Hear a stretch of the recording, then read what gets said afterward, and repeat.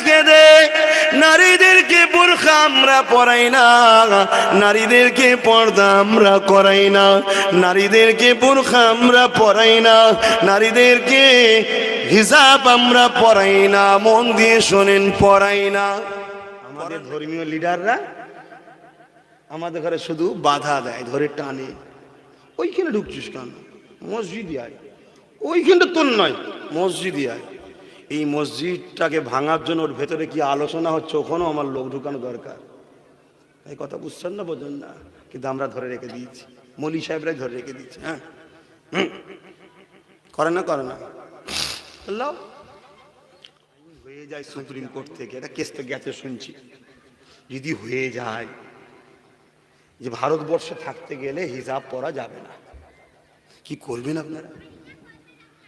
যাদের বাড়ি পড়েনি তাদের তো কথা বাদ দাও, তো আগে থেকেই পড়েনি।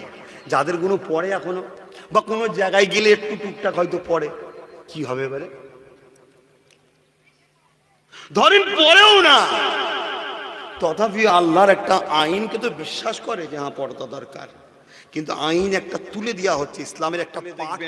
আমার হিন্দু ভাইদের যারা ব্রাহ্মণ ঘরের সন্তান, তাদের কাছে পইতে থাকে, স্কুলে যায়, এক একজন এখানে কি চৈতে না কি বলে মতো জানি না, থাকে দেখবেন, নিয়ে যায়। পাঞ্জাবিরা পাগড়ি পরে যায়, শিখেদের দাঁড়িয়ে থাকে, যায়। কখনো আমরা কিছু বলিনি, আর তাদের নিয়ে কখনো আলোচনা হয়নি। কেন হয় না? একটাই কারণে, ওদের নিয়ে আলোচনা করতে গেলেই মার খেতে হবে। আল্লাহকে মাঝে মাঝে বলি, খোদা বেশি নয়, 20-25টা তুমি আমার জবানে যা তাকত দিয়েছো, ইনশাল্লাহ আমি আরো কিছু বলবো। কথা বুঝছেন না? তাহলে আপনাদের 20-25 জনকে তো পাশে দাঁড়াতে হবে। কথা বুঝতে পারছেন? হ্যাঁ, সব বোঝে আল্লাহ করে, শুধু ভীতু বড্ড ভয় খায় যে কি হবে, কি হবে, মেরে ফেলবে, জেলে দেবে, ঘর ভেঙে দেবে। আছে কি কচু পোড়া ঘরে? হ্যাঁ, কি আছে? ছিটে বেড়া তো বেশিরভাগ, নাই নাকি? তাও একদিকে কোমর বেঁকে গেছে টালি খোলায়, জি কোনো মুহূর্তে দেখছি কমেন্ট উল্টো পাল্টা করছে। ও আর এক শয়তান, ও মুসলমান সেজে আছে, মুসলমান নয়, ও আর এক বড় গাদ্দার। এ কথা বুঝছেন না, বোঝেন না? এই যে ঘটনাটা ঘটলো, 10টা যদি মুসলমান মুস্কানের পাশে দাঁড়ায়, 100টা অমুসলিম ভাই বোনে মুস্কানের পাশে দাঁড়িয়েছে, দাঁড়িয়েছে না দাঁড়িয়ে? হ্যাঁ, তারা ধর্মীয় ব্যাপারে না দাঁড়ালো, তাদের মানবতা, তাদের দেশের গণতান্ত্রিক অধিকারও তো হরণ হচ্ছে। এইটাই দেশ বলে তো সবাই মাথা তুলে বাঁচবে, এটাকে হরণ করো। তো আজ কারো বোরখা ধরে টানছে, কালকে কারো আরো কিছু ধরে টানবে, তো সেটা তখন অমুসলিমের ওপরেও তো হতে পারে। তাই আমার অমুসলিম ভাইরা তারাও তো কথা বলছে, কিন্তু একটা একটা লোক এত ফালতু ফালতু কথা বলছে, বলার মতো নয়। মনে রাখবেন, সবচেয়ে বড় ভালো লাগলো একটা জিনিস, যে আমার বোনকে যখন জিজ্ঞেস করা হচ্ছে, আম্মা বোনেরা মন দিয়ে শোনেন, কেন কে কতদিন থাকবে কেউ জানে না। আজকে যতদিন চিৎকার করে তোমাদেরকে বুঝিয়ে দিয়ে যায়, উদ্দেশ্য একটাই, ইজ্জতের রুটি খেয়ে মাথা তুলে বাঁচবো, কারো কাছে হাত বাড়াবো না, কারো গোলামি করবো না, কারো মুখের দিকে তাকাবো না। কেউ হুকুম করবে দাঁড়াবো, কেউ হুকুম করবে বসবো, না না না না, একমাত্র আল্লাহর হুকুমে উঠবো, আল্লাহর হুকুমে বসবো, নবীর দেখানো রাস্তায় চলবো, নবীর দেখানো কথাই বসবো, নবীর দেখানো কথাই উঠবো। এটাই আমাদের জীবনের মূল মাকসাদ। তাই কারো কাছে কিছু করতে রাজি নয়, এবং পরকালে গিয়ে আল্লাহ পাকের দয়া জান্নাতটা নেব, সেখানে আমার রব আল্লাহ পাককে দেখতে লাগবো। এ যুবকেরা, কখনো কি তোমার দিল চাই না আমার মালিককে দেখবো, যিনি কত সুন্দর দেখতে, তেনার সৃষ্টি যদি এত সুন্দর হয়, তিনি কত সুন্দর দেখতে, কি সুন্দর দুটো চোখ বানিয়েছে, কি সুন্দর দুটো কান বানিয়েছে, হাত বানিয়েছে, পা বানিয়েছে। আল্লাহর সৃষ্টি নারী, কি সুন্দর সৃষ্টি আল্লাহ পাকে। আরে সব কিছুই তো আল্লাহর, সেই আল্লাহ তাহলে কত না সুন্দর। কি গো, দেখার শখ যায় না? দেখতে গেলে কি করতে হবে? তার কাজ কি করতে হবে। এ যুবকেরা, তরুণী দুজন ফেরেশতাকে লোভ দিয়ে, ক্রোধ দিয়ে, লালসা দিয়ে, কাম শক্তি দিয়ে আমার আল্লাহ দুনিয়া জমিনে পাঠিয়ে দিলেন। যে ফেরেশতা দুটো বলেছিল, আল্লাহ আপনি আমাদের থেকে ওদেরকে কেন এত বেশি ভালোবাসে, ওরা কত অন্যায় করে, কত ভুল করে, খাতা করে, তথাপি আপনি ওদেরকে বারবার ডাকেন। এ যুবক শোনো, এ বোনেরা শোনো, ভুল মানুষ মাত্র হয়ে যায়, তাই তো আমাদের কাছে আসতে হবে, মুরিদ হতে হবে, বায়াত হতে হবে, তওবা ইস্তেগফার করতে হবে, এই অন্তরে শয়তানের অসুয়াশাকে তাড়াতে হবে, এখানে আল্লাহর প্রেম দিয়ে কলবকে ভরিয়ে দিতে হবে। এর জন্য যে ইলমে বাতিনি শিক্ষা আছে, ওই শিক্ষার জন্য বায়াত হতে লাগে, অর্থাৎ মুর্শিদের দরবারে যেতে লাগে, মুর্শিদের দেখানো রাস্তা ধরে তোমাকে চলতে লাগে। এই যুবকেরা, তরুণেরা, এখন যে কথা বলছিলাম, আল্লাহ পাকের দুজন ফেরেশতা মানুষের খসলত নিয়ে দুনিয়ায় চলে আসলো। আসার পরে হাঁটতে হাঁটতে হাঁটতে এমন একটা জায়গায় পৌঁছে গেল, যেখানে একটা কুয়া থেকে নারীরা পানি তুলতে লেগেছে। ওই নারীদের মধ্যে থেকে একটা নারীকে এত সুন্দরী দেখতে ছিল যে এমন করে একটা কলসি নিয়ে পানি তুলতে লেগেছে। ওই ফেরেশতা তখন তো আর নাই, মানুষ, ফেরেশতার বলা যাবে না মানুষ। আল্লাহ পারে না, পারে না। আরে মেডিকেল যদি এত আগিয়ে চলে যায়, পুরুষকে মহিলা বানাচ্ছে এবং তার গর্ভের সন্তানও হচ্ছে, এ খবর রাখেন কি? এ রাখেন তো নাকি? না রাখলে আবার বলে আব্বাস সিদ্দিকীর মনে হয় পেট গরম হয়ে গেছে। সমস্যা তো এটাই, খবর পান না বলে আমাকে সব কথা আপনারা বিশ্বাস করতে পারেন না। আমি এতটুকু বলতে পারি, আমাকে চোখ মুজে ভরসা করতে পারেন, আমি আপনাদের ক্ষতি চাইনি। এরপরেও যদি না বিশ্বাস করেন, আর কি করতে পারি? মাইকেল জ্যাকসন, ওর লাইফ হিস্ট্রি পড়বেন। ও পুরুষ থেকে মহিলা হয়েছিল, মহিলা থেকে আবার পুরুষ হয়েছিল, এরকম অনেকে হয়েছে, বাচ্চা পর্যন্ত নিয়েছে, আবার পুরুষ হয়ে গেছে। তো দুনিয়া যদি ডাক্তারের এত ব্রেন থাকে, যে আলী আল্লাহ ফেরেশতাকে আবার মানুষ বানাতে পারে না, পারে না?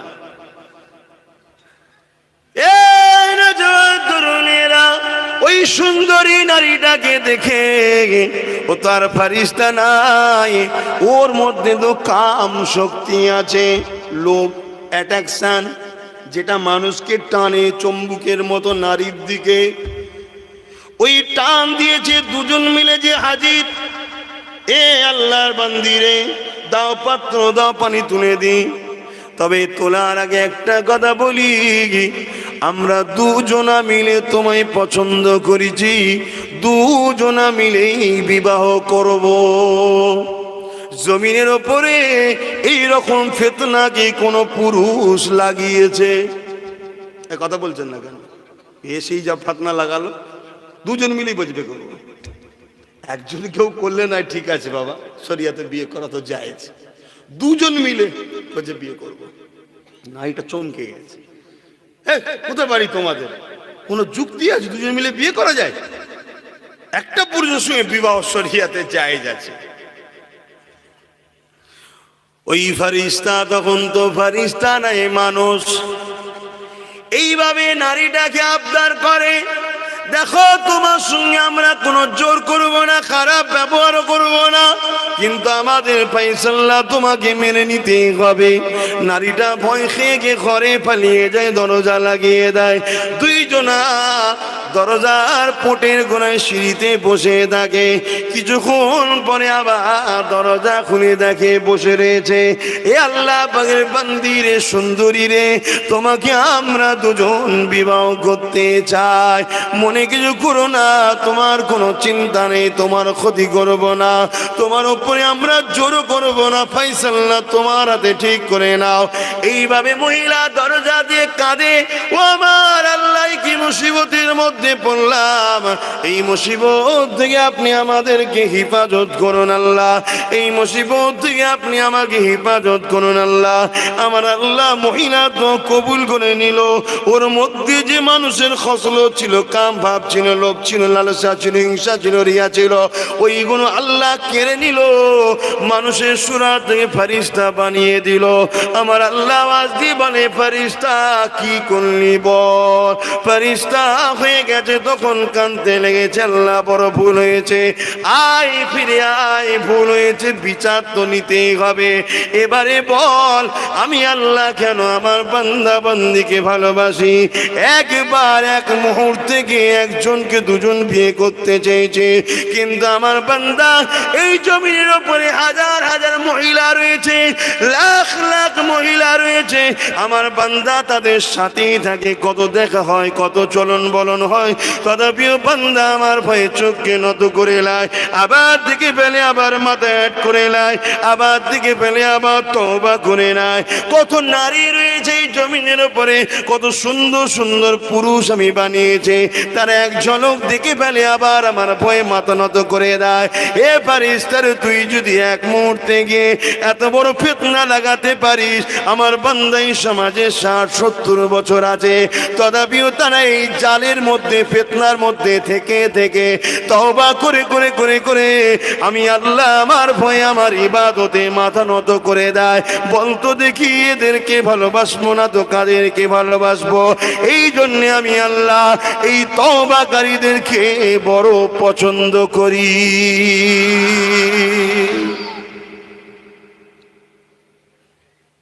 বোঝো আমার ভাইয়েরা, আমার বোনেরা, তওবা করতে হবে, তওবা করতে হবে।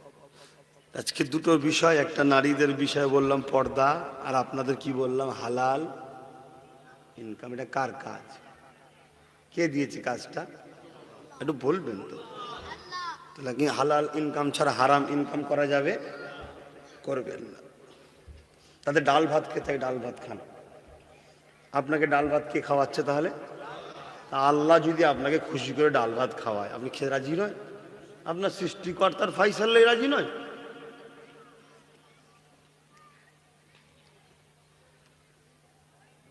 এসব কথা বলা যায় না, কিন্তু আমাকে তো অনেক ছেলে ভালোবাসে, তাই একটু সান্ত্বনা দিবার জন্য বলেছি। আমি কি খেয়ে এসেছি জানো দুপুরে সকালে? আজকে আমার টাকার অভাব আছে, এই বলো আমি গরিব,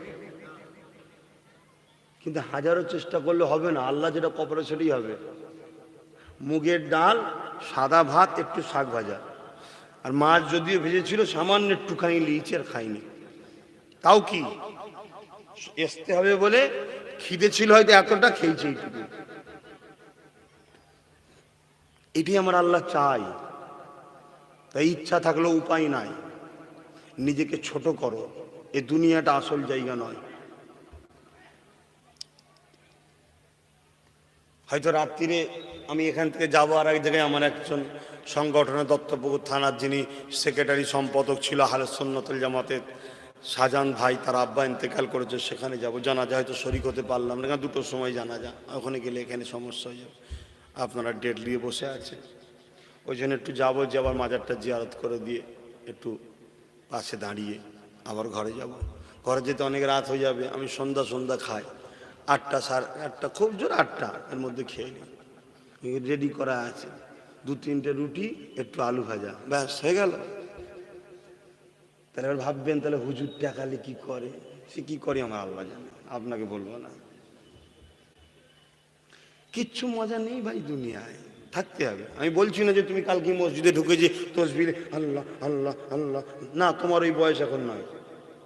এ যুবক, তোমার এখন ওই বয়স নয়। আমার বোনেরা, তোমার এখন ওই বয়স নয়। তোমার অনেক কাজ আছে, তোমার অনেক কাজ আছে। সেই কাজ তোমার আল্লাহই দিয়েছে। তার মধ্যে একটা কাজ বললাম, হালাল ইনকাম করতে হবে। তোমাকে অনেক টাকা ইনকাম করতে হবে, কিন্তু হালাল। নিজের জন্য একটু দরকার, কিন্তু তোমার পাশে হাজারো গরিব আছে, তার জন্য তোমাকে ইনকাম করতে হবে। দে নিয়ে এসে গেলে ভাই তুই ধর, আর ও খুশি বলবে আল্লাহ একে ভালো রাখো, একে খুশিতে রাখো, একে জান্নাত দাও। আয়, তোমার রাস্তা ক্লিয়ার হচ্ছে। আল্লাহ দেখছে যে আমার সৃষ্টিটাকেও ভালোবাসছে, আমাকে ভালোবাসবো না, যা তোকেও জান্নাত দিলাম। জোরে বলুন সুবহানাল্লাহ। যুবকেরা, তরুণেরা, একটা কথা বিষখানে বলে ফেলেছি, মুখ ফসকে নয়, ইচ্ছা করেই বলেছি, সজ্ঞানে জেনে বুঝেই বলেছি যে আজ কিছু লোকের আন্দোলন দেখে বড় হাসি পায়। মনে পড়ছে তো নাকি? শুনে রেখে দাও এ যুবকেরা, হারামকে যদি কেউ হালাল বলে, আমার আল্লাহ যেটাকে হারাম করেছে ওটাকে হালাল করার ক্ষমতা কারো নাই। আমার আল্লাহ যেটাকে হালাল করে দিয়েছে ওটাকে হারাম বলার ক্ষমতা কারো নাই। আমার আল্লাহর আইনের বিরুদ্ধে যে কথা বলবে সে অমুসলিম হোক আর মুসলমান সেজে হোক, সে আমার ঘরের ছেলে হোক আর বাইরের ছেলে হোক, সে আমার দেশের লোক হোক আর বিদেশেরই লোক হোক, আমাদের একটাই নীতি থাকা দরকার, তার বিরুদ্ধে আমাদের কথা বলতে হবে। তুমি যেভাবে বলো বলো, তার বিরুদ্ধে তোমাকে কিন্তু স্ট্যান্ড পয়েন্ট ঠিক রাখতে হবে। আমি আমার বাংলার জমিনে দেখেছিলাম হিজাব পরার জন্য আমার বোনেদেরকে পরীক্ষার হলে ঢুকতে দেওয়া হয়নি।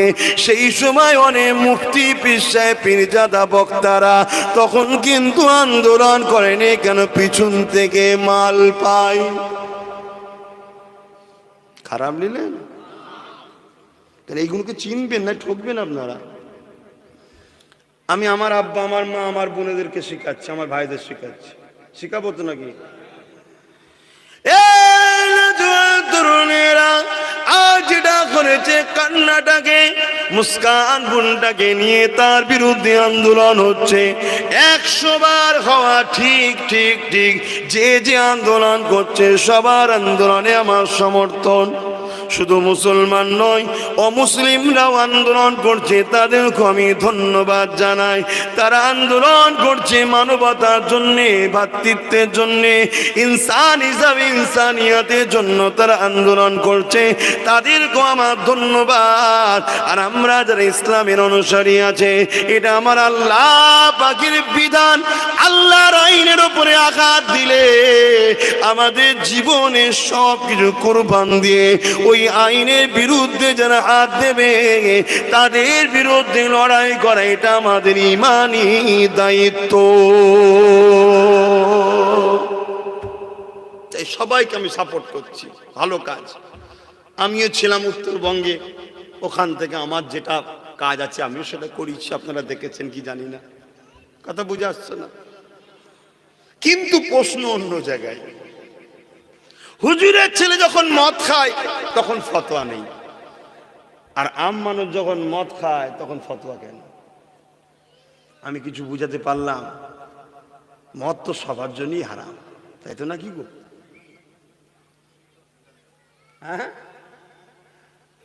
ও ফোনে কথা বলছো, ঠিক আছে, বলো দরকার থাকলে। আচ্ছা আচ্ছা,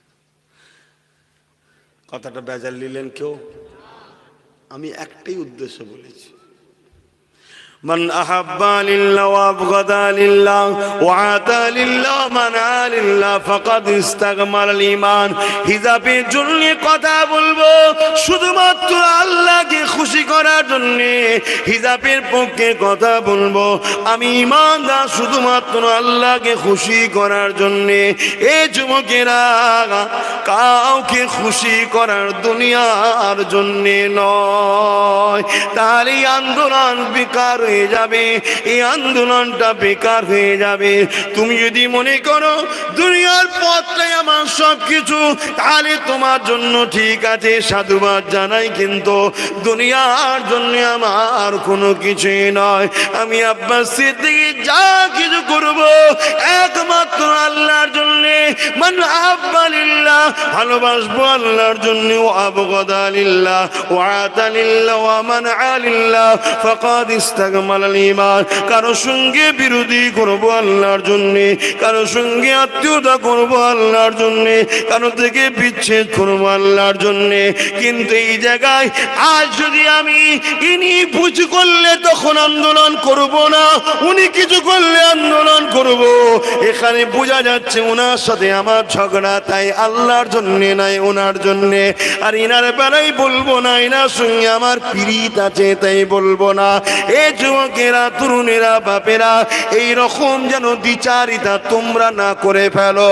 তাই শিক্ষার জন্যে বললাম, যে ভুল করবে ভুল, যে ঠিক করবে ঠিক, উভয়কে আমার একই কথা থাকবে। বাবারা শুনে রেখে দেন, যে রেখে দেন, এখানে আমি একটা আলোচনা করবো আমার মা বোনেদের জন্য। আমার আম্মা বোনেরা, ওই যে আমার এক বোন তাকবীর দিল, আল্লাহু আকবার, এই আল্লাহু আকবার কথাটা আমার বোন শিখলো কোথা থেকে? এই যুবকেরা, আজ আমার ভারতবর্ষের বুকে কিছু মানুষ বলছে যে অমুক স্লোগানের বিরুদ্ধে অমুক স্লোগান না, কোন জিনিসের সঙ্গে আল্লাহু আকবারের তুলনা হতে পারে না।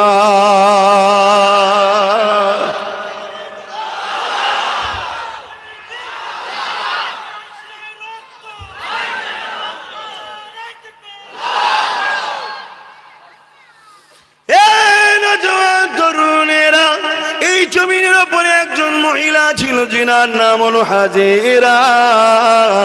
আজকে আমার মুস্কান বিনের বিরুদ্ধে যেমন একদল পশু ঝাঁপিয়ে পড়েছিল, ওই দিনে এক রাজা তেমন আমার আম্মা হাজেরার উপরে ঝাঁপিয়ে পড়েছিল।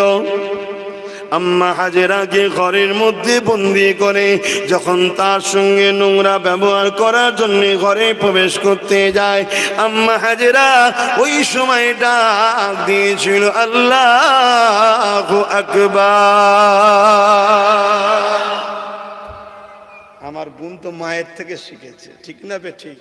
এই শিক্ষা মা সমস্ত মা বোন বাপ ভাই সবাইকে শিখতে হবে। তাই গত কয়েকদিন আগে এসে বলেছিলাম আমরা রায়কোলাতে, সেই ফাঁকা জায়গায়, তোরা যতই বিপদে পড়িস এই নামের নারা দিবি, সব বিপদ কেটে যাবে। বলেছিলাম না? ছিলাম। আমার বোন দিবার পরে কেটেছে না কাটেছে? অনেক কিছু তোমরা আরো দেখতে পাবে ইনশাল্লাহ। কেন? এটা আমার বিশ্বাস, আমি যখন কোনো কথা বলতে শুরু করি অটোমেটিক যুগায় আল্লাহ। কথা বুঝছেন না, বোঝেন না? এজন্য আমারও বিশ্বাস ইনশাল্লাহ আরো কিছু দেখবে। তবে এটা কিন্তু আল্লাহর পক্ষ থেকে কিছু একটা ইশারা আছে, ওই ইশারাটা আমি ওপেন ভাবে বলতে পারবো না, ইসলামের নিষেধ আছে। ওটা ধরো তোমরা, ব্রেন খাটাও পাবে, এটাকে একটা ছোটভাবে লিও না।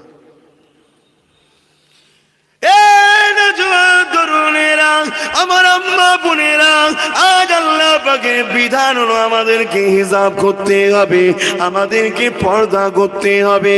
এখন দুনিয়ার পাওয়ার যদি বলে দেয় আমাদেরকে হিজাব করা যাবে না, মারে সুলিতে চড়তে রাজি আছে, আল্লাহর আইনের বিরুদ্ধে যেতে রাজি নয়। কি হলো?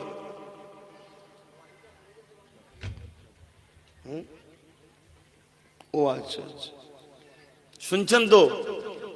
তাই তো নাকি? কেননা দুনিয়ার আইন যদি আমি আল্লাহর আইনের বিরুদ্ধে হয়ে যায়, এই আইনের প্রাধান্য যদি দিই, আল্লাহ পাক যিনি আমাদের খালেক মালিক, তিনি আমাদেরকে আখিরাতে পাকড়াও করবে, জাহান্নামের আযাবে দেবে। আর দুনিয়ায় যে আইনটা আমার ওপরে দেওয়া হচ্ছে, ওটা কোনো কিছু নয়, ওটা জোর করে চাপিয়ে দেওয়া হচ্ছে। এই আইনের বিরুদ্ধে তোমার আমার লড়াই করার অধিকার রয়েছে, কিন্তু আল্লাহর আইনের বিরুদ্ধে তোমার আমার লড়াই তো দূরের কথা, কোনো প্রশ্ন তোলার কোনো অধিকার নাই। ঠিক না বেটি? কিছু নামধারী মানুষ আছে, তারা আবার বলে মেয়েদেরকে বোরখা পরানো হয়, মেয়েদের স্বাধীনতা কেড়ে নেওয়া হয়। ঠিক না বেটি? বলে না? বলে না? মূর্খ সমাজ শুনে রেখে দে, নারীদেরকে বোরখা আমরা পরাই না, নারীদেরকে পর্দা আমরা করাই না, নারীদেরকে বোরখা আমরা পরাই না, নারীদেরকে হিজাব আমরা পরাই না। মন দিয়ে শোনেন, পরাই না। পরান নাকি আপনারা? না আমরা পড়াই না। নারীদেরকে যিনি সৃষ্টি করেছে কি সুন্দর করে বানিয়েছে, রূপ যৌবন দিয়েছে, আল্লাহ পাক নিয়ামত করে বানিয়েছে।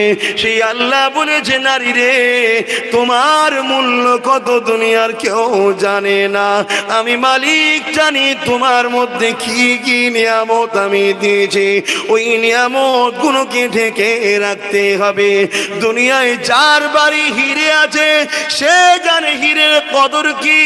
এ দুনিয়ার পুরুষেরা নারীরা শুনে রেখে দাও, যারা বেহুদামূলক কথা বলো, যার বাড়িতে হিরে নাই নারী রয়েছে, হিরের থেকেও তারই সম্পদ নারী রয়েছে, ওই নারীর কি মর্যাদা ওই বাড়িওয়ালারাই বোঝে। বাবারা শুনে রেখে দাও, জেনে রেখে দাও, এই নারীকে আমি পর্দা করতে বলি নাই, আমি হিজাব করতে বলি নাই। ওই নারীকে পর্দা করতে হিজাব করতে তিনি বলেছে যিনি নারীকে দামি দামি মূল্যবান জিনিস দিয়ে তৈরি করেছে, নারীর মূল্যটা তিনি ভালো জানে। তিনি বলে দিয়েছে নারী রে আমি তোদের রব, আমি তোদের মালিক, আমি আল্লাহ তোদেরকে জানিয়ে দিলাম তোদের কাছে এত দামি দামি জিনিস আছে, ওই দামি জিনিসগুলো তোরা হেফাজত করবি। কিভাবে হেফাজত করবি? চট দিয়ে, থলে দিয়ে, বস্তা দিয়ে, কালো কাপড়, সাদা কাপড়, মোটা কাপড়, রঙিন কাপড়, অত কলা নয়। ওই দামি সম্পদগুলো বাইরে থেকে কেউ যেন উপভোগ করতে না পারে, এইভাবে তুই ঢেকে ঢেকে ঢেকে ঢিলা ঢালা কাপড় দিয়ে রাখবি। কেননা তোর এই দামি সম্পদের মূল্য আমি দিয়েছি ঠিকই কথা, তার গুরুত্ব তুই রাখবি কি নষ্ট করবি তোর ব্যাপার। তবে আমি আল্লাহ কিয়ামতের দিনে তোর থেকে বুঝে নেব যে আমার দেয়া দামি সম্পদকে তুই কেন বাজে বাজে অসৎ চরিত্রের পশুদের সামনে তুই খুলে দিয়েছিলি। কারণ এই জিনিস তো দেখার অধিকার ওদের ছিল না। আমি তোকে যে দামি সম্পদটা দিয়েছি ওইটা দেখবে একমাত্র তোর মালিক, যে তোর স্বামী হবে। এখানে মালিক বলতে মানে উল্টো নেবেন না, অর্থাৎ এটা দেখার জন্য আমি যাকে সিলেক্টেড করেছি সে দেখবে। তুই অন্য জায়গায় কেন দেখালি? এবারে কৈফিয়ত দে। এটা মহান স্রষ্টা যিনি বানিয়েছে তিনার ফয়সালা।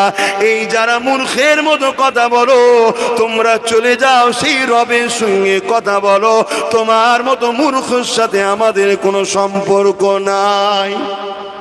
ঠিক না বেটি? যাও রবের সাথে কথা বলো, যাও না। যেমন নমরুদ বলেছিল তোরা আল্লাহর সঙ্গে লড়াই করবে, তোরা যা আল্লাহর সঙ্গে লড়াই করবে জানা। কি গজ ভুল হচ্ছে নাকি? তবে এখানে একটা কথা বলে দিই, মন দিয়ে শোনেন। সেই কথা হলো এটাই, কোন নারীকে কি আমি জোর করি? আপনারা কি জোর করেন? জোর করেন না? জোর করি না, ভালোবাসি ভালোবাসি ভালোবাসাই। বাপ বললো মারে তুই আমার মেয়ে। জি আব্বা আপনার মেয়ে, আমায় ভালোবাসিস? হ্যাঁ ভালোবাসি। মা তুই ভুল করলে তোর বাপকে জাহান্নাম যেতে হবে, তুই কি চাস? মেয়ে যদি সত্যি বাপকে ভালোবাসে, মেয়ে কোনোদিন কি চাইবে তার বাপ জাহান্নামের আগুনে পড়ুক? কথা বলছেন না কেন? তাহলে সেই মেয়ে অবশ্যই পর্দা করবে, কেননা বাপ হলো গার্জেন। আল্লাহ বাপকে একটা দায়িত্ব দিয়েছে, ওই নারীর মতো নিয়ামতটাই বাপকে গার্জেন হিসাবে, পাহারাদার হিসাবে, বডিগার্ড হিসাবে, আর কি বলবো, দিয়েছে। কে সেফটিতে রাখবি? তুই বডিগার্ড, তুই পাহারাদার। আমার সৃষ্টি নিয়ামতটা তোর বাড়ি পাঠালাম, এর হেফাজতের দায়িত্ব তোর। এ যখনই 10 বছর বয়স হয়ে যাবে, একে সঙ্গে সঙ্গে ঢাকা ঢাকা ঢাকা ঢাকা কাপড় পরানো অভ্যেস কর। গায়ের সঙ্গে শুয়ে যাবে, গরম লাগবে না। দুনিয়ার উলঙ্গ দেখে এর কখনো মনে ইচ্ছা যাবে না, এর তখন এইটাই পছন্দ হয়ে যাবে। এর দিমাগে সেটিং হয়ে যাবে, তোর বেটিও জান্নাতে যাবে, তো জান্নাত জান্নাতে যাবে। ওই বাপ তার মা মেয়েকে যদি আদর করে জিজ্ঞাসা করে, আশা করছি ওই মেয়ে কখনো বাপকে জাহান্নামে দেখতে চাইবে না। তাই মেয়েটা অবশ্যই বাপকে বাঁচাবার জন্য পর্দা করে নেবে। দ্বিতীয় নম্বর, নিজেকে বাঁচাবার জন্য পর্দা করে নেবে। কিন্তু এখানে একটা কথা, যদি কোনো নারী তার বাপকে ভালো না বাসে, তার বাপ জাহান্নামে যাক চাক, ওই নারীর জন্য তাকিয়ে থাকার বাপেরও প্রয়োজন আছে বলে মনে হয় না। বলছি তুমি আমায় ভালোবাসো না তো আমি তোমার জন্য কি করি? তুমি আমার জান্নাত চাও না জাহান্নাম চাও, তোমার মতো মেয়ের দিকে বাপে তাকিয়ে থাকার প্রয়োজনও নাই। সম্পর্ক শেষ করা হয়ে গেল। দোষটা করা হয়েছে নাকি? যদি আল্লাহ আগে হয় মেয়ের থেকে, অবশ্যই ঠিক কথা বলেছে আব্বাস সিদ্দিকী। আর যদি আল্লাহর আগে মেয়ে হয়ে যায়, কোনো যুক্তিও এইসব কথা বলার? হ্যাঁ, দয়াময়া কিচ্ছু নেই। বিশাল দয়ার সাগর। নিজের ভাইয়ের জমি ঝেড়ে আজ ঝেড়ে গোষ্ঠী সব ঝেড়েলে বসে আছে, ওখানে দয়ার কথা মনে পড়ে না। কি গো, আছে না? না ভুলা যাচ্ছে না তো, কিন্তু ঘুমের ঘোরে আছে তো। ঘুম তো যদি ঠিক জায়গা ঠিক আছে ইনশাল্লাহ, কেন জবান কে খোলা আছে। যুবকেরা, তরুণেরা, বিবাহ করেছো তুমি, প্রথম নম্বর গার্জেন ছিল, পাহারাদার ছিল, বডিগার্ড ছিল বাপ। বিবাহ দিয়ে দিবার পরে ওই নারীর পাহারাদার হয়ে গেল, বডিগার্ড হয়ে গেল স্বামী। এ বিশ্বে মানুষ নারীর মর্যাদা আল্লাহ দিয়েছে, অর্থাৎ ইসলাম নারীকে মর্যাদা দিয়েছে। কেমন ভাবে দেখো।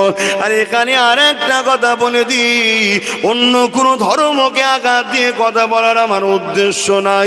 কেন, পৃথিবীতে যত ধর্ম রয়েছে প্রতিটা ধর্মই নারীর পর্দার কথা বলেছে। প্রতিটা ধর্ম, হিন্দু ধর্ম পর্দার কথা বলেছে, নারী নারী তুমি ঢেকে রাখো, হিন্দু ধর্ম বলেছে, সব ধর্ম বলেছে। কিন্তু তারা যদি না মানে, আমার ধর্ম অনেক লোক মানে না, তো কি করা যাবে? কিন্তু ধর্মের নিয়ম, ওটা নিয়মকে চেঞ্জ করা যায় না। কোন ঠিক না বেটি?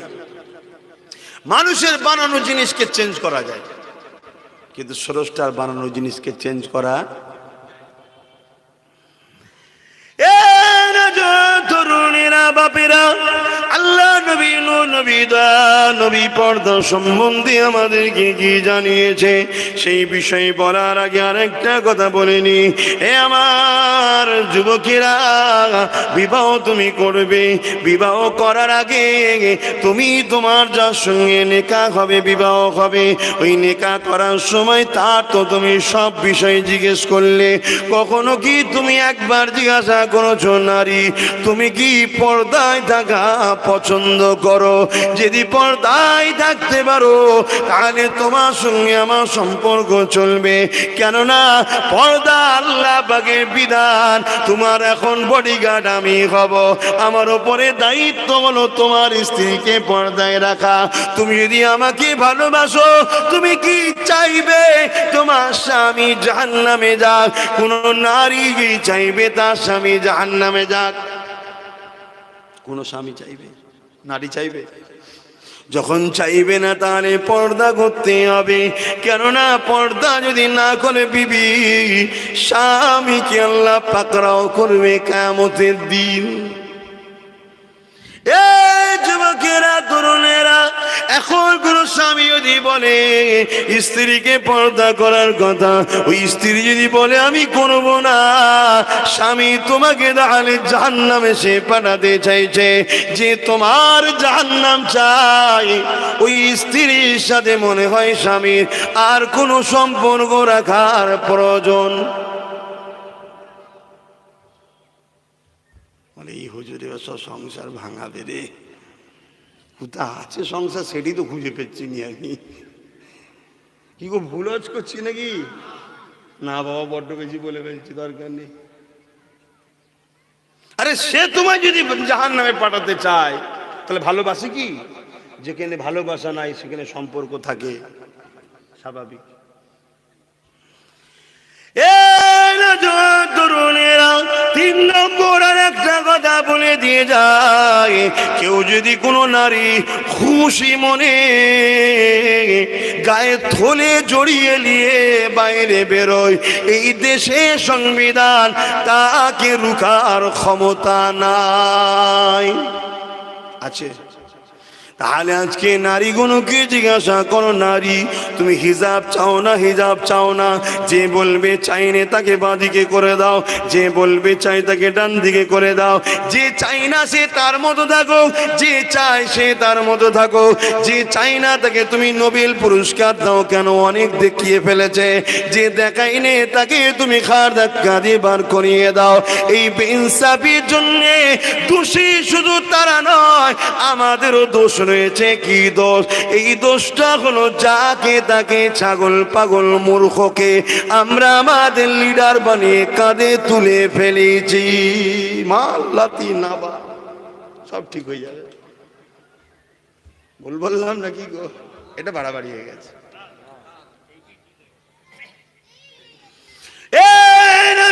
তরুণেরা কি ভাবছো তোমরা জানি না, কি ঘটছে তোমরা বুঝতে পারো না। জিনিসটা একটা বিষয়, কিন্তু এই জিনিস একটা নয় গো। তুমি দেখছো কি আর আমি দেখছি কি পার্থক্য রয়েছে? আমি দুটো জিনিস দেখতে পাচ্ছি। একটা হলো আমাদের জন্য জাহান্নাম যাবার রাস্তা ক্লিয়ার হচ্ছে, কেননা আমরা হকের হয়ে লড়তে পারছি না। দ্বিতীয় নম্বর হলো আমার ভয় হচ্ছে আমার দেশটা না টুকরো টুকরো হয়ে যায়। তুমি দেখতে পাচ্ছ না, আমি দেখতে পাচ্ছি। তরুণেরা বাপেরা ভুল আমাকে বুঝবেন না, পরিবর্তন আবার চেষ্টা করুন। ভাবো এই সমাজের বুকে অনেকে অনেক রকম কথা বলে। তোমরা যে মেয়েগুলোকে বোরখা পরিয়ে ঢাকিয়ে রেখেছো, ওদের স্বাধীনতা কেড়ে নিয়েছো। কে কাকে স্বাধীনতা দিয়েছে বলো? কাপড় খুললে যদি স্বাধীনতা হয়ে যায়, তাহলে আমার বোনেদেরকে মায়েদেরকে বলবো, যারা তোমাদেরকে এই কথা বলে তাদের কথা কি তোমরা পছন্দ করো? আমার মা বোনেদের মধ্যে যারা বলবে পছন্দ করি, তাহলে তাদের সঙ্গে মিশে যাও। আমার আল্লাহর সঙ্গে তোমার সম্পর্ক নাই, আর যার সঙ্গে আল্লাহর সম্পর্ক নাই আমাদেরও কোনো সম্পর্ক নাই। কেন? মান আহাব্বা লিল্লাহ ওয়া আবগাদা লিল্লাহ ওয়া আতা লিল্লাহ ওয়া মানা লিল্লাহ। তোমার সঙ্গে ঝগড়াও নয়, বন্ধুত্ব নয়, দূরত্ব আমরা তৈরি করে নেব। এই দুনিয়ার মানুষ এখন কোন নারী যদি বলে না ওর কথা আমি শুনতে রাজি নয়, আমি আমার আল্লাহর কথা শুনতে রাজি আছি, সে খুশি মনে যদি হিজাব করে, তাহলে এই নিয়ে তো মাতামাতি করার কি দরকার তোমাদের রয়েছে? এই সমাজের মধ্যে পার্লামেন্টে উলঙ্গ মানুষ যদি ঢুকতে পারে, উলঙ্গ আর মানুষের মধ্যে পার্থক্য কি রয়েছে? মানুষ ভালো মন্দ বোঝে, পরনা ইজ্জতকে ঢাকে, আর রাস্তা দিয়ে একটা কুকুর ঘোরে, ওর সঙ্গে আমার পার্থক্য এটা। ওর ইজ্জত সম্মান ভালো মন্দ বোঝে না, তাই উলঙ্গ থাকে। আমি ইজ্জত সম্মান বুঝি, তাই কাপড়টা ঢেকে রাখি। এরপরও জমিনের ওপরে কেউ যদি মনে করে উলঙ্গটা আমার ধর্মীয় স্বাধীনতা, আমরা ভারতবর্ষের মানুষ হিসাবে তাকে কখনো বাধা দিই না, তার বিষয়ে কোনো মন্তব্য করি না, তার বিষয়ে আন্দোলনও করি না যে উলঙ্গ চলছে না চলবে না, এটা কখনো আমরা বলতে যাই না। এই সমাজের মধ্যে যদি কেউ পেশাদি হওয়ার পরে মাথায় সিঁদুর দিয়ে স্কুলে যেতে পারে, তার বিরুদ্ধে আমরা কখনো মন্তব্য করি না, কারণ আমার বোনের ওইটা ধর্মীয় পরিচয়। বিবাহর পরে তারা সিঁদুর দেয়, পড়াশোনার তো শেষ নাই, বিবাহর পরও যিনি পরে পড়তে পারে, এর জন্য কখনো আমরা আন্দোলন করিনি যে ধর্মীয় স্থানে কেন, শিক্ষা স্থানে কেন ধর্মীয় কালচার নিয়ে যাবে, ধর্মীয় সংস্কৃতি নিয়ে যাবে, এই ব্যাপারে কখনো আমরা বলি না। স্কুলগুলোতে সরস্বতী পূজা হচ্ছে, এর ব্যাপারে কখনো আমরা বলি না, কারণ আমার হিন্দু ভাই বোনেদের বিশ্বাস সরস্বতী হলো শিক্ষা দেবী, তাকে শিক্ষা দেয়, তার বিশ্বাস তার কাছে থাক, সে সেটা করছে। আমরা কখনো আন্দোলন করিনি যে ওদিকে শিক্ষা প্রতিষ্ঠানে কোনো ধর্ম ঢুকানো যাবে না। কিন্তু আজ আমরা আমাদের জন্য আমাদের পায়ে কুরুল মেরেছি বারবার বারবার। শুধু মুসলমানের দাড়ি, মুসলমানের টুপি, মুসলমান নারীদের হিজাব, মুসলমানের কালেমা, মুসলমান মুসলমান মুসলমান মুসলমান। এর জন্য আমি কাউকে দোষারোপ করব না, এর জন্য দোষারোপ করব দুই শ্রেণীর মানুষকে। এক হলো মুসলমানদের ধর্মীয় লিডার যারা তারা, আর একটা হলো মুসলমান তোমরা নিজেরা। এটা আমার বক্তব্য। ভুল বলেছি, যদি ভুল বলি মানতে হবে না, আর ঠিক যদি বলি মানুন। আমাদের ধর্মীয় লিডাররা আমাদের ঘরে শুধু বাধা দেয়, ধরে টানে। ওইখানে ঢুকছিস কেন? মসজিদে আয়। ওইখানটা তোর নয়, মসজিদে আয়। এই মসজিদটাকে ভাঙার জন্য ওর ভেতরে কি আলোচনা হচ্ছে, ওখানেও আমার লোক ঢুকানো দরকার। এই কথা বুঝছেন না, বোঝেন না, কিন্তু আমরা ধরে রেখে দিয়েছি, মৌলী সাহেবরাই ধরে রেখে দিয়েছে। হ্যাঁ, করে না, করে না।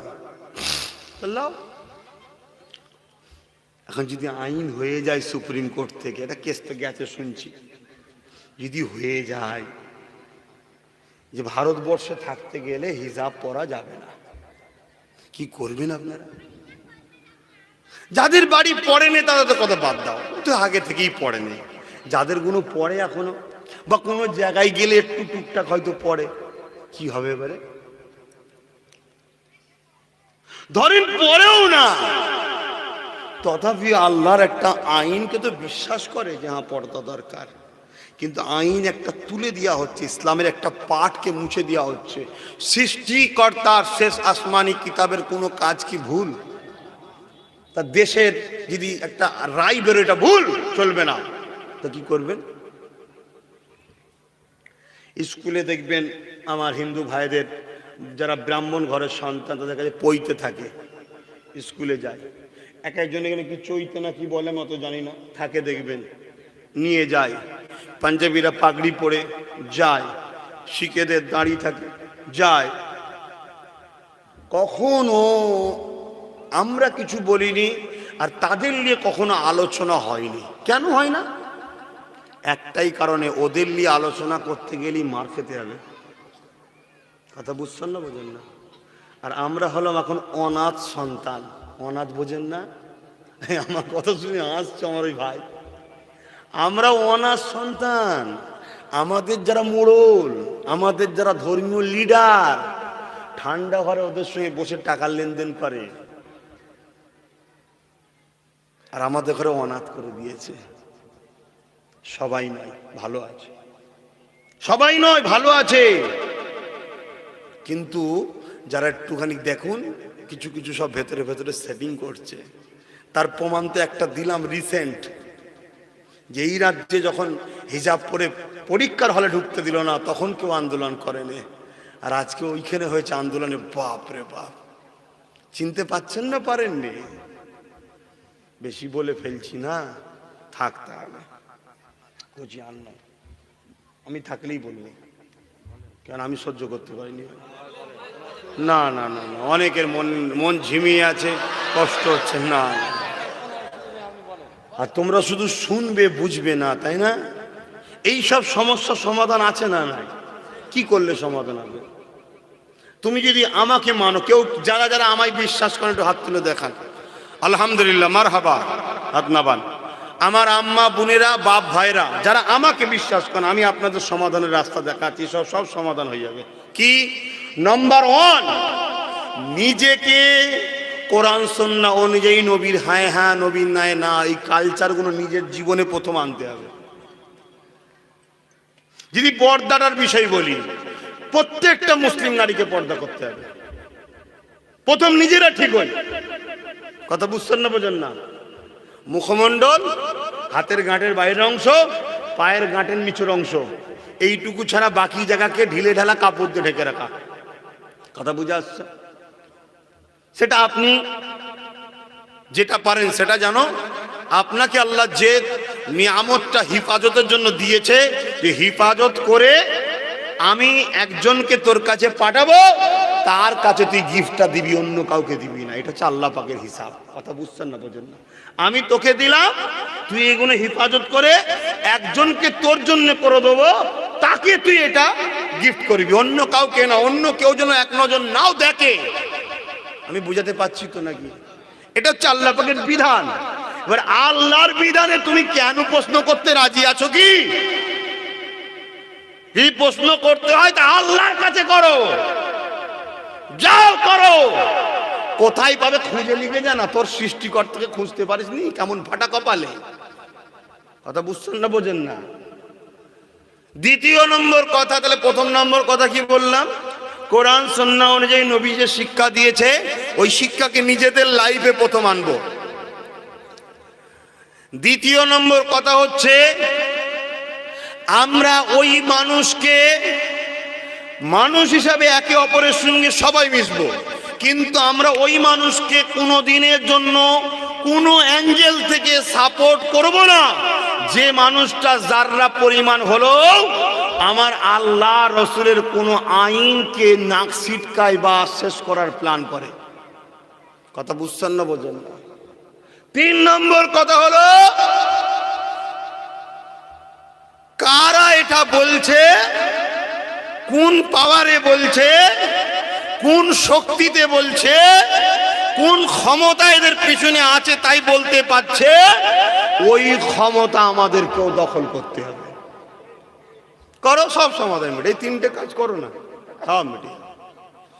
চার নম্বর আরেকটা কথা ছোট্ট বলতে চাইছি এখানে, সেটা হয়তো আবার ভুল লাগতে পারে, কিন্তু হাদিসের কথা। সেটা হলে এটা, একজন কোরাইশ বাচ্চার পিছনে নেতৃত্ব মেনে দাঁড়াতে হবে। কেন? রসুল বলেছেন কিয়ামত পর্যন্ত নেতৃত্ব দেবে কোরাইশরা। শুনছেন ভাই? আচ্ছা, এখানে যা কিছু আলোচনা করলাম, ব্যক্তিগত কারো নাম নিয়েছি, কাউকে আক্রমণ করেছি। এখন কালকে যদি কেউ বলে আমার বিষয়ে কথাটা বলা উচিত হয়নি, তাহলে জানতে হবে যে আসামিটার বিষয় বলে গেছিল এইটা সেইটা। কারণ আমি কারোর নাম বলি, ঠিক না বেটি?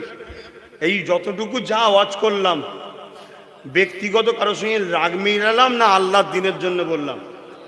তা আল্লাহর দিনের জন্য এই জমিনে কথা বলা চলবে না, বন্ধ করে দেবেন?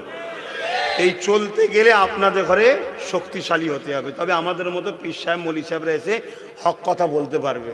আমি তোমার আল্লাহকে মাঝে মাঝে বলি, খোদা বেশি নয় 20-25টা, তুমি আমার জবানে যা তাকত দিয়েছ, ইনশাল্লাহ আমি আরো কিছু বলবো। কথা বুঝছেন না? তাহলে আপনাদের 20-25 জনকে তো পাশে দাঁড়াতে হবে। কথা বুঝতে পারছেন? হ্যাঁ, সব বোঝে এর আল্লাহ করে, শুধু ভীতু বড্ড ভয় খায় যে কি হবে, কি হবে, মেরে ফেলবে, জেলে দেবে, ঘর ভেঙে দেবে। আছে কি কচু পোড়া ঘরে? হ্যাঁ, কি আছে? ছিটে বেড়া তো বেশিরভাগ, নাই নাকি? তাও একদিকে কোমর বেঁকে গেছে টালি খোলায়, জি কোনো মুহূর্তে হুড় করে ঘাড়ে ভেঙে পড়বে। কথা বুঝছেন না? এত ময়া কিসের?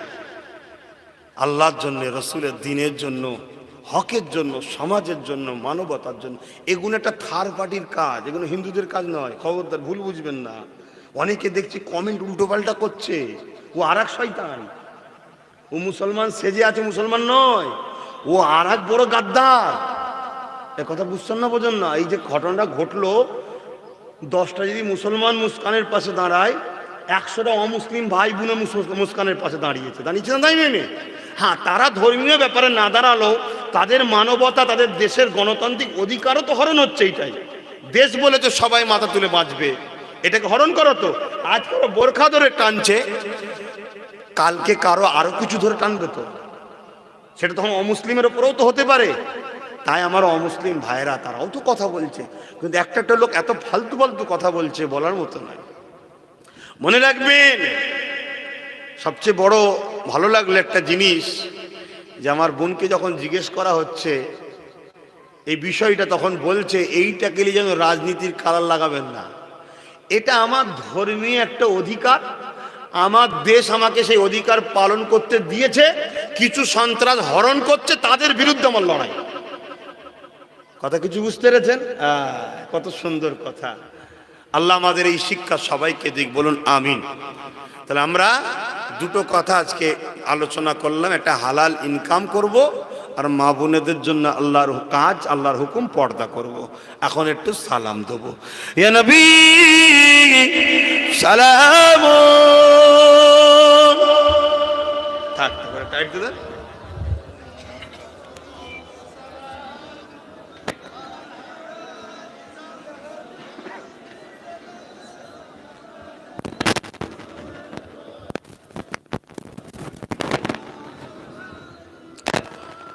আমার বাপ ভাইরা, দোয়া করব, দোয়ার পর নামাজ আদায় করে নেবেন। ওয়াক্ত এখনো রয়েছে, 20-25 মিনিট ওয়াক্ত আছে। আমার কথা থেকে যারা হলেন একটু মন খুলে বলেন। যদি কেউ বেজার হয়ে থাকেন এই নায়ের বীজখানি হ্যাঁ বলে দেন, কিন্তু মিথ্যা কথা বলবেন না। সত্যি করে বলছেন বেজার হন না তো?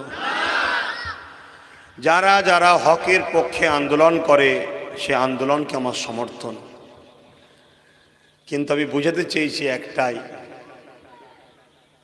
যে আমার বাঁ হাত যখন ভুল করে তুমি আমার বাঁ হাতকে শাস্তি দাও, আর আমার ডান হাত যখন ভুল করে তাকে তখন চুমা দাও। কেন?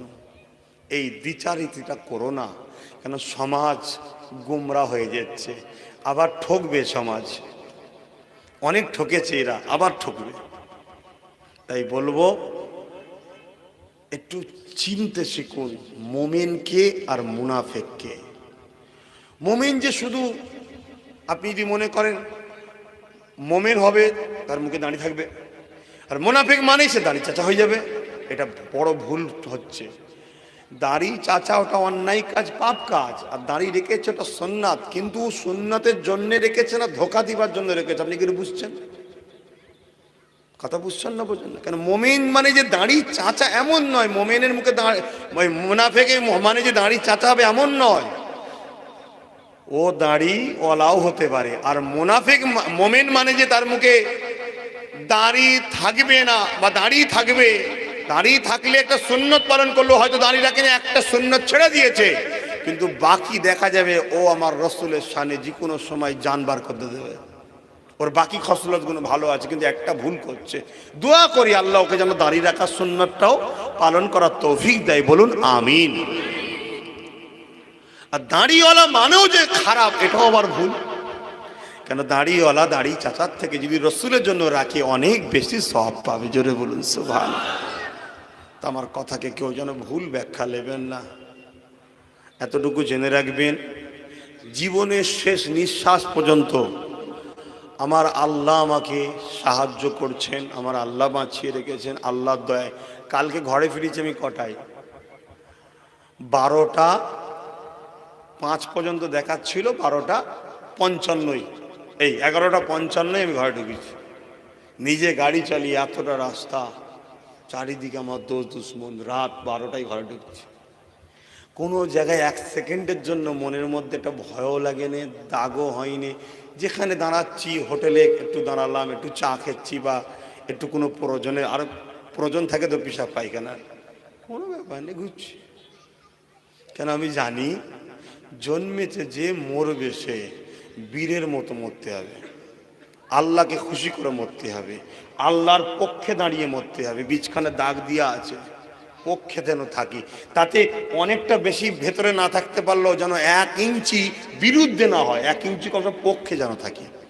জীবনে ভুল হবে হালকা বয়সে, কিন্তু কমসে কম আল্লাহর দিনকে যারা মিটাতে চায়, মিটাবার পাওয়ার তো তাদের হাতে তুলে দিতে পারি না, যে এলে মিটা, এলে অর্শালে, এলে টাকালে, এলে পাওয়ারলে মিটা আমাদের ঘরে আমার দিনকে, এটা তো করতে পারি না। ইয়া নবী।